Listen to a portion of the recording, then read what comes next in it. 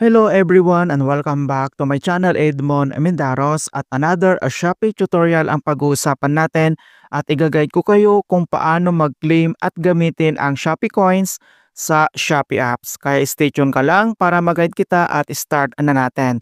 So ang next step ay kailangan mo lang ilagin ang iyong Shopee accounts dito sa Shopee applications and then i-click mo lang yan. And then once na-open mo na tong Shopee homepage and then dito lang sa baba ay kailangan mo lang i-select dito yung live and video, yung nasa gitna na icon. So i-click mo lang yan. And then ganito yung makikita mo.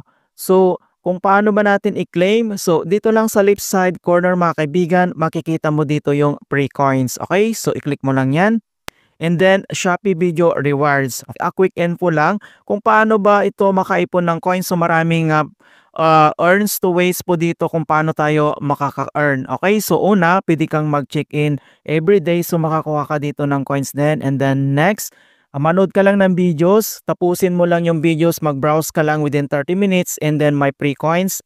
And then next, pwede kang mag-invite ng friends, di mayroon din yung free coins. And then pwede kang mag-post ng videos dito at may free coins din na makukuha mo dito. Kapag nakumpleto mo yung 10 likes sa post mo, ay makakakuha ka din dito ng free coins mga kaibigan. Ito siya. Alright, so nandito lahat yung complete informations. Kung paano tayo mag-claim, so since dati makikita mo dito yung withdraw, so nag-update na si Shopee, so pinalitan nito ng claim. Okay, so since meron tayong 59.50 na coins, so pwede tayong mag-claim dito. So dito lang sa right side, makikita mo dito yung claims, i-click mo lang yan. And dito na sa coin claim. Okay, so may mga informations dito na pwede nating basahin bago tayo mag-claim. So the rewards can be only claimed to Shopee Coins. So guys, remind ko lang, ang Shopee Coins ay hindi convertible into cash. Hindi po siya transferable to another account. So once na-claim mo na dito yung coins, mapupunta sa coins settings mga kaibigan, nasa homepage lang at pwede mo itong gamitin pang discount kapag nag-add to cart ka or kapag nag-checkout ka. Ay, yung coins mo naman, depende kung magkano yung i-claim mo. Okay, so since meron tayong 59, so pwede tayo dito sa 50 pesos na coins. Okay, so nandito yung mga denominations na pwede mong i-select. Depende lang sa coins na naipon mo. Okay, so click mo lang dito yung 50. And then you can only claim once per day. So guys, remember lang, minsan lang tayo mag-claim in sa isang araw. Okay, so click mo lang yan. And then dito sa baba ay makita mo dito yung claim now. And then, kailangan mo lang i-click dito yung claim now. Ayan, so ganun lang po kasimple, withdraw successfully.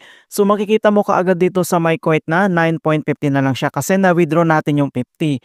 Okay, so back lang tayo kung paano ba yan gamitin. Okay, so punta lang tayo dito sa Meta profile. And then mag-add to cart ka lang dito guys, kahit anong item. So once nakapag-add to cart ka, na-click mo lang yung add to cart. And then, select mo lang yung item. So, select mo lang siyang ganyan. And then, dito sa baba ay makikita mo dito yung redeem yung Shopee Coins. So, pwede mong gamitin yan. So, nandito naman sa right side sa baba lang yung kanyang button. So, turn on mo lang siya. And then, click mo lang dito yung checkout.